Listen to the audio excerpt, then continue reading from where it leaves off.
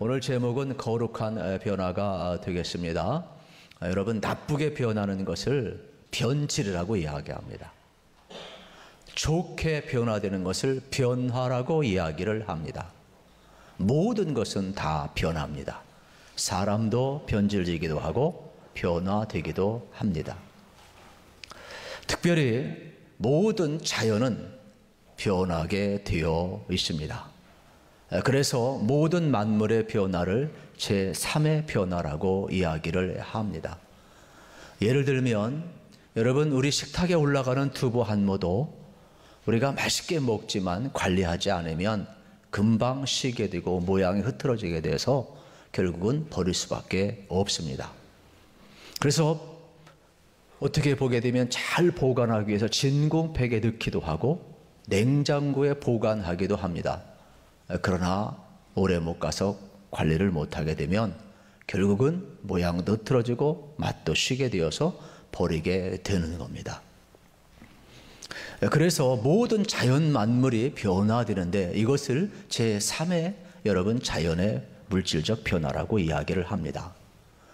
이만큼 진화론자들은 모든 것이 다 좋게 변화된다고 하지만 스스로 여러분 그들은 한계 상황에 갇히고 이런 자연적인 변화 앞에 그들은 발목이 붙잡혀 있는 겁니다. 사람도 여러분 마찬가지입니다. 우리가 사랑을 할 때에는 여러분 사랑하는 사람을 위해서 3시간이건 5시간이건 걸어도 피곤하지 않습니다. 어디를 가자 해도 잘 갑니다. 심지어는 집에까지도 데려다 줍니다. 그런데 결혼을 하면 어떻게 됩니까? 주말만 피곤해집니다. 쇼핑 가자고 하면 가기 싫습니다. 어디 가자고 하면 왠지 모르게 몸이 무거워집니다. 그러면 이야기를 합니다. 결혼하더니 변했다고. 변한 게 아니라 도파민 호르몬이 안 나오는 거예요. 정상이에요, 정상. 그러니까 사람이 정상이 된 겁니다. 그만큼 사람이라는 것은요, 얼마든지 여러분 변질될 수 있고 변화될 수 있는 존재가 되겠습니다. 그래서 사람은 혼자 살 수가 없고 또 누구를 만나느냐에 따라서 인생이 달라지는 겁니다. 우리가 흔히 부모님과의 만남이 중요하다고 이야기를 합니다. 또 두 번째로 배우자의 만남이 중요하다고 이야기를 합니다. 물론 부모님 잘 만나면 좋죠. 또 배우자 잘 만나면 좋죠. 그러나 인생이 어떻게 내 마음대로 되겠습니까? 그러나 제3의 만남, 예수님과의 만남은 정말 중요합니다. 첫 번째, 두 번째 실패했어도 여러분 세 번째 주님과의 만남만 우리가 바로 가질 수 있다면 우리의 삶은 영원히 좋게 변화되는 축복을 누리게 되는 것입니다. 그러므로 여러분의 삶에 여러분 만남의 축복이 있기를 축원합니다. 더 놀라운 사실은 초대교회 역사는 여러분 두 번의 큰 변화를 겪게 됩니다. 하나는 사도행전 2장에 나오는 마가다락방의 변화입니다. 성령이 임하고 나서 사람이 변합니다. 그리고 증인된 공동체로 나가게 되고 교회가 부흥하기를 시작을 합니다. 또 하나의 변화는 사도행전 9장에 나오는 사울의 변화입니다. 한 사람의 변화로 말미암아 놀라운 역사가 일어나기를 시작을 하는 것입니다. 그래서 기독교는 사람을 소중히 여기는데 그 사람을 소중히 여기는 것은 어떠한 죄인이라 할지라도 예수님을 만나면 변화될 수 있기 때문에 그런 겁니다. 그래서 오늘 본문이 왜 이렇게 중요하냐? 바로 예수님을 만나서 변화된 사울을 소개하고 있기 때문에 그렇습니다. 그러면 사울은 예수님을 만나기 전 어떠한 모습을 지니고 있었을까요? 1절에 보면 이렇게 시작을 합니다. 사울이 주의 제자들에게 대하여 여전히 의협과 살기가 등등하여 대제사장에게 가서 그랬습니다. 여기 사울이라는 사람이 제자들, 예수 믿는 사람들에 대해서 여전히 의협과 살기가 등등하다고 이야기를 합니다. 여기 여전히라는 말은 이러한 뜻이 있습니다. 앞부분에 나와 있는 스데반 집사의 순교 장면을 기억을 해야 합니다. 사울이라는 사람은 예수 믿는 사람을 핍박하고 스데반 순교하는 현장에 있었고 진두지휘한 인물이 되겠습니다. 폭풍이 지나갔는데 아직도 사울은 위협과 살기가 등등하다는 겁니다. 이때 여전이라는 단어를 쓰고 있는 거예요. 그러면 여기 위협과 살기라는 말은 어디에서 나와 있는 내용이냐면은 특별히 여러분이 위협, 살기 이런 것이죠. 진짜 살인이라는 말하고 어떻게 보면은 이 숨을 헐떡거린다는 말의 합성어가 위협과 살기예요. 지금 사울이라는 사람이 예수 믿는 제자들, 특별히 그리스도인들을 핍박하는 일에 지금 위협과 살기가 등등하여 가고 있다라고 말씀을 하고 있는 겁니다. 예수 믿기 전에 사울은 바로 이러한 모습이었음을 발견하게 됩니다. 그런데 그가 이렇게 여러분 목숨을 걸고 교회를 핍박하고 그리스도인들을 핍박하고 어디를 향해서 가고 있느냐? 다메섹 도성을 향하여 가고 있습니다. 2절 말씀에 보면 이렇게 나와 있습니다. 다메섹 여러 회당에 가져갈 공문을 청하니 이는 만일 그 도를 따르는 사람을 만나면 남녀를 막론하고 결박하여 예루살렘으로 잡아오려 함이라 말씀을 하고 있습니다. 지금 사울이 어디로 가고 있습니까? 다메섹을 향해서 가는데 예수 믿는 사람들 합법적으로 잡을 수 있는 공문을 지금 가지고 가고 있다. 이렇게 표현을 하고 있는 것입니다. 그러면 예루살렘과 다메섹은 가까운 거리냐? 그렇지 않아요. 먼 거리입니다. 최소한 여러분 242km 이상 떨어진 거리예요. 그리고 지금 레바논의 북쪽에 위치해 있고 그 당시 시리아의 수도이기도 합니다. 여기는 고도 해발 670m 이상 되는 위치가 되겠습니다. 그러니까 정상인들이 왔다 갔다 하기 힘든 지역이에요. 그런데 얼마나 열정이 있던지 여러분 잘못된 열정이지만은 이 사울은 이곳을 향해서 거침없이 나아가고 있어요. 왜요? 교회 핍박하려고. 예수 믿는 사람 잡으려고. 이 다메섹에는 흩어져 있던 유대인들이 많이 살고 있었습니다. 그래서 흩어져서 몰래 예수 믿는 이러한 사람들 잡아들이기 위해서 그런 열정을 가지고 지금 다메섹을 향하여 가고 있다는 사실이 되겠습니다. 그러면 이 잘못된 열정이 어디에서 나왔느냐? 사울은 구약에 대해서 능통한 사람인데 메시아를 기다렸습니다. 그러나 적어도 그가 기다린 메시아는 십자가에 못 박혀 죽으면 안 되는 메시아였습니다.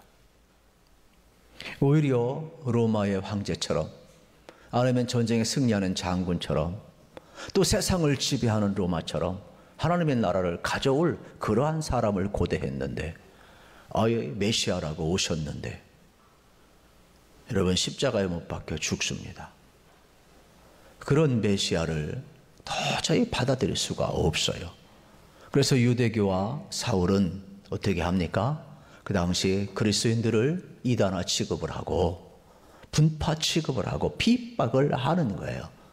오히려 그들은 이것이 하나님을 잘 섬기는 것이고 그들은 오히려 하나님을 위하는 길이라고 생각을 했던 것 같습니다. 그러니까 이 잘못된 삐뚤어진 열심이 수많은 사람들을 어렵게 만들고 있는 겁니다. 어느 정도냐? 1절에 보면 이러한 것을 추측할 수가 있습니다. 대제사장에 갔다. 대상에 부른 게 아니에요. 여러분 사울이 스스로 대제사장에 가서 좀 말도 안 되는 예수 믿는 집단들, 예수 믿는 사람들, 제자들 내가 다 잡아올 테니까 당신은 도장만 찍어주세요. 내가 더러운 일은 내가 하겠습니다. 피 묻히는 일은 내가 하겠습니다. 이러한 내용이에요. 얼마나 열심히 있었던지. 그런데 놀라운 사실이 하나 벌어집니다. 사울은 한 번도 예수님을 만난 적이 없습니다. 단지 예수 믿는 사람들 공동체를 핍박했을 뿐입니다. 그런데 예수님은 사울을 향해서 뭐라고 이야기합니까? 나는 네가 핍박하는 예수라. 한 번도 만난 적 없는, 언제 핍박했단 말입니까? 논리적으로 안 맞아요. 그런데 예수님은 성도와 교회 동일시하고 있어요. 그래서 교회와 성도와 제자들을 동일시하면서 교회를 핍박하는 것은 나를 핍박한 것이고, 그리스도인 성도를 핍박하는 것, 제자를 핍박하는 것, 나를 핍박한 것이라, 바로 내가 나를 핍박하였노라고 주님이 말씀하고 있는 거예요.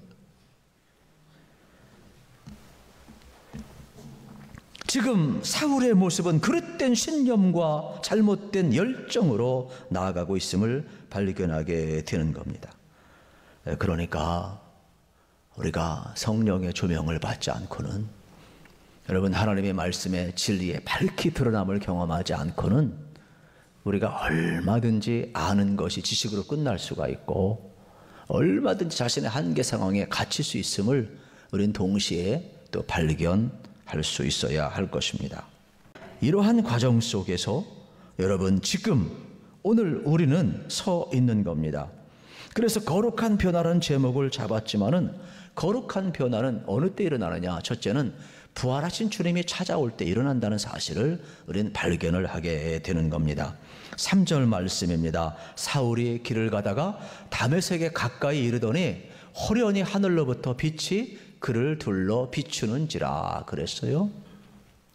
지금 다메섹을 향하여 길을 가고 있는데 빛 대신 주님이 나타나는 거예요.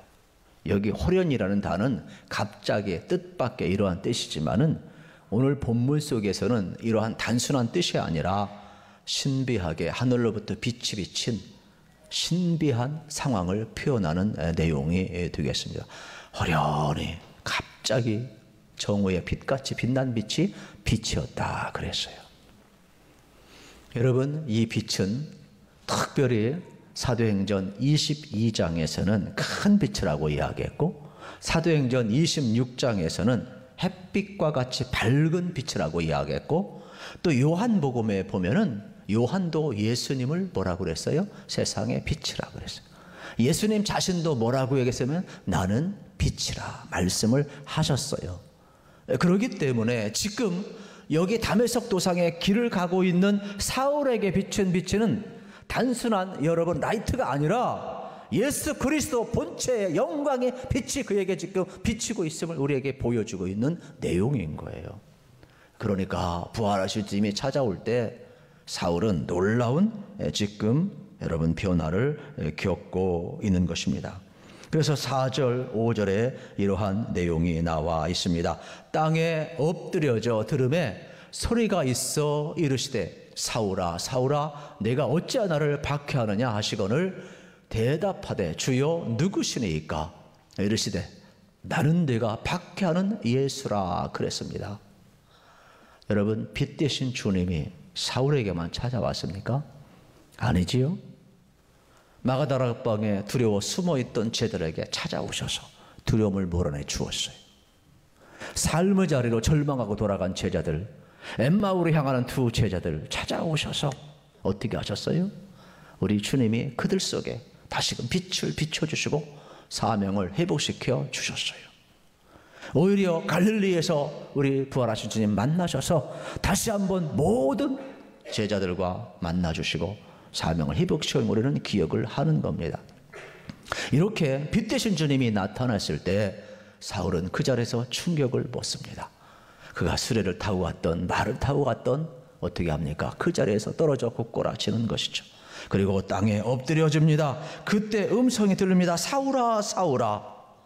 여기 여러분 빛 가운데 들려오는 이 음성은 저주의 음성이 아니라 책망의 음성이 아니라 마치 하나님이 아브라함을 부실 때 아브라함아 아브라함아.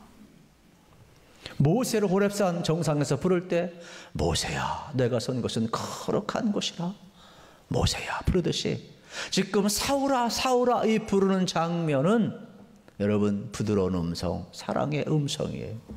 저는 이것을 깨달았어요. 아, 우리 주님은 여러분 가장 굳어진 사울에게도 이렇게 부드럽게 찾아오시는구나. 은혜가 뭔 줄 아세요? 찾아오는 게 은혜예요. 우리 주님이 우리에게 찾아오는 게 얼마나 큰 은혜인지 몰라요. 기독교 신앙이 뭐냐? 하나님이 찾아오는 거예요. 물론 우리가 하나님을 찾는 것 같지만 사실은 하나님이 우리를 찾아오는 거예요. 그래서 성육신의 사건은 뭐냐? 하나님이 우리를 찾아온 사건이에요. 찾아오셔서 당신이 얼마나 사랑한지를 보여준 사건이에요. 그러니까 굳어진 우리에게 내가 이토록 사랑하는데 너희들 왜 마음이 굳어졌느냐? 그러면서 끝까지 찾아온 그 사랑을 증명해 내는 거예요.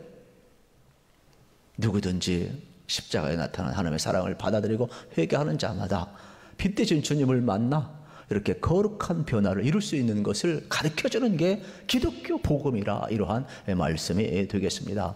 또 하나 거룩한 변화는 여러분 실존적인 고백을 듣게 될 때 이루어지는 겁니다. 그래서 하나님 앞에서 실존적인 두 번째 만남을 갖고 있습니다. 우리는 보통 이 다메섹 도상에서 너무 드라마틱하게 설명을 해가지고 마치 막 정오의 빛같이 빛나는 그 빛을 받기 때문에 사울이 변화된 것처럼 이야기를 합니다. 그러나 그건 아니지요. 진정한 변화는 이 드라마틱한 데서 일어나는 게 아니지요. 여러분, 우리가 적어도 생각해야 될 것이 있습니다. 그것은 바로 뭐냐면 이러한 내용이 되겠습니다. 일반적으로 경건한 이스라엘 백성들은 하늘에서 빛이 비추면 하나님의 임재가, 하나님의 영광이 나타나는 것을 알고 있어요. 그래서 하나님 앞에 나아가게 돼요. 그리고 위로부터 소리가 들려오면 사무엘 선지자도 세 번째 여러분 깨닫지 않습니까? 엘 세상을 통하여서 하나님 말씀하옵소서 종이 듣겠습니다. 이게 여러분 히브리적인 어법이고 경건한 이스라엘 백성들이 하나님 앞에 나아가는 방식이에요. 그러면 위에서부터 큰 빛이 왔어요. 위에서부터 사울아 사울아 음성이 들렸어요. 그러면 적어도 율법에 능통한 사울은 어떻게 해야 되겠어요? 하나님 말씀하옵소서 종이 듣겠습니다. 이렇게 이야기해야 경건한 유대인이에요. 그런데 지금 사울은 어떻게 이야기를 합니까? 땅에 엎드려지고 사울아 사울아 음성이 들릴 때 뭐라고 이야기합니까? 주여 누구십니까? 실존적인 고백을 하는 거예요. 지금 사울이 헷갈리는 거예요. 나는 성경에 기록된 하나님을 믿고 하나님의 영광을 위하여 예수 믿는 사람을 핍박하고 있는데 지금 내게 나타난 하나님은 도대체 내가 믿는 하나님이 아닌가? 헷갈리는 거예요. 그래서 뇌십니까? 실존적인 고백을 던지고 있는 거예요. 네, 그렇습니다. 여러분 살아계신 하나님을 믿고 늘 하나님 앞에서 이 코람대 의식을 가지고 살아가시기를 축복합니다. 마지막 세 번째 거룩한 변화는 여러분 잠잠히 하나님의 일하심을 기다리는 것이 되겠습니다. 빛으로 찾아오셨을 때 잠시 여러분 시력을 잃어버리죠. 시신경에 충격을 먹고 우리도 어떻습니까? 갑자기 환한 데 있다가 어두운 데 환한 데 가고 그러면은 우리가 잘 분간이 안 되잖아요. 저는 아침에 일어나서 갑자기 그냥 급해가지고 이 핸드폰 딱 가지고 눈 딱 댔더니 순간 아무것도 안 보이더라고. 핸드폰 빛 가지고도 안 보이더라니까요. 그런데 막 정오의 빛같이 비쳤으니 뭐 어떻게 3일간 꼼짝 못한 거죠. 그런데 주님이 찾아오셔서 말씀을 하잖아요. 8절 9절에 보게 되면은 이러한 상황을 알려주고 있어요. 사울이 땅에서 일어나 눈은 떴으나 아무것도 보지 못하고 사람의 손에 끌려 다메섹으로 들어가서 사흘 동안 보지 못하고 먹지도 마시지도 아니하니라 그랬어요. 여러분 사흘간 아무것도 보지 못하고 먹지도 마시지도 못하였다 그랬어요. 그런데 주님이 찾아오셨어요. 그리고 뭐라고 이야기한 줄 아십니까? 우리 주님께서 사울을 향하여서 내가 이제 집 가라는 곳을 향하여서 가라. 그러면 거기 하나님이 예비하신 사람이 있을 것이라. 네 할 일을 가르쳐 주겠다라는 거예요. 지금까지 다메섹 도상을 향하여서 왔단 말이에요. 똑같이 지금 앞을 향해서 가는데 방향은 똑같아요. 그런데 뭐가 바뀌고 있어요? 이 다메섹 도상에서 길 위에서, 도상이라는 길 위를 이야기하는 거예요. 길 위에서 무슨 변화가 있어요? 주님 만났어요. 지금까지는 위협과 살리기가 등등해서 왔어요. 자기 편협된 율법의식에서 왔어요. 그러나 지금 이 다메섹 도상에서는 3일간 눈이 멀고 아무것도 할 수 없고 자기가 아무것도 할 수 없지만은 사람에 이끌려가요. 누가 도와줘야 돼요. 그러나 내면 속에서는 자기에게 찾아오시고 자기를 만나주시고 말씀하시고 내 속에 내가 알고 있던 그리스도가 아니라 십자가에 못 박힌 예수 그리스도, 부활하셔서 빛 가운데 나타나는 예수 그리스도, 그분이 나에게 나타나셔서 나를 지금 사로잡고 있는 거예요. 그러면서 이제는 똑같은 방향이지만은 사람에 이끌려 도움을 받고 가고 있는 거예요. 성령에 이끌려 가고 아무것도 보지 못하지만은 내면에는 놀라운 변화가 일어나요. 3일간 나는 예수를 핍박한 적이 없는데 핍박했다고 그러고, 만난 적이 없는데 우리 주님 나를 핍박했다고 이야기하니까 교회와 성도, 그리고 지금까지 들려왔던 그 복음, 나사렛 예수 그리스도가 나타나서 천국 복음을 증거하고 하나님 나라를 증거하고 사랑의 복음, 용서의 복음을 증거하고, 그리고 뭐라고 이야기했습니까? 내가 3일 만에 다시 십자가 죽은 후에 살아나리라 말씀하셨는데, 진짜 인류의 죄를 담당하시고 십자가에 못 박혀 죽으신 후에 3일 만에 부활하셔서 믿는 자들에게 참 생명과 영원한 소망을 주었는데, 이 복음이 내가 아무리 막아도 막히지 않고, 오히려 예수 믿는 사람을 잡아도 숫자는 늘어난 이 신비한 현상이 분노해서 위협과 살기가 등등했던 사울이었는데, 이런 예수를 지금 만나고 있으니 여러분 얼마나 기가 막힌 노릇이겠어요. 그래서 그는 3일간 예수 앞에 붙들려요. 그리고 그의 위협과 살기가 녹아져요. 그리고 예수의 사람으로 바뀌는 장면을 우리는 발견하게 되는 겁니다. 그래서 그의 내면에 우리 주님이 좌정하셔서 위협과 살기를 거둬가시고, 여러분 주님의 마음을 부어주는 놀라운 거룩한 변화가 지금 일어나고 있는 거예요. 이러한 구체적인 변화는 우리가 이제 다음 주에 우리가 또 살펴보겠지만은, 이렇게 하나님은 우리 가운데 찾아오셔서 우리를 바꾸시고 새롭게 허락하고 있어요. 저는 우리 모든 공동체가 찾아오시는 주님을 만날 수 있기를 축복합니다. 그리고 찾아오신 그 주님 앞에 실존적인 고백을 해야 돼요. 내가 아는 지식이 아니라 성령 앞에 조명된 진리 앞에 눈을 떠야 돼요. 귀를 열어야 돼요. 마음을 열어야 돼요. 그래서 성경이 말하는 예수 그리스도, 그분을 만나야 되는 거예요.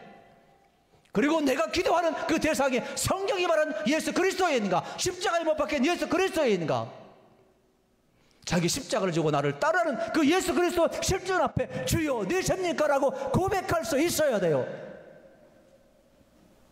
그리고 내게 다가오셔서 내 삶의 이 위협과 살기를 거두가시고 내 속에 주님의 마음을 부어주시고 내 내면을 바꿔주시고 나를 통해 일하시기 원하는 새로운 거룩한 변화의 역사를 이끌어가는 그 성령님 앞에 여러분 나를 맡길 수 있을 때 우리의 거룩한 변화는 시작될 줄로 믿습니다. 이 거룩한 변화의 역사 앞에 여러분이 꼭 순종하시고 하나님 앞에 붙들려 여러분의 미래가, 남은 생애가 여러분 하나님 앞에 위대하게 쓰임받기를 우리 주님의 이름으로 축복합니다.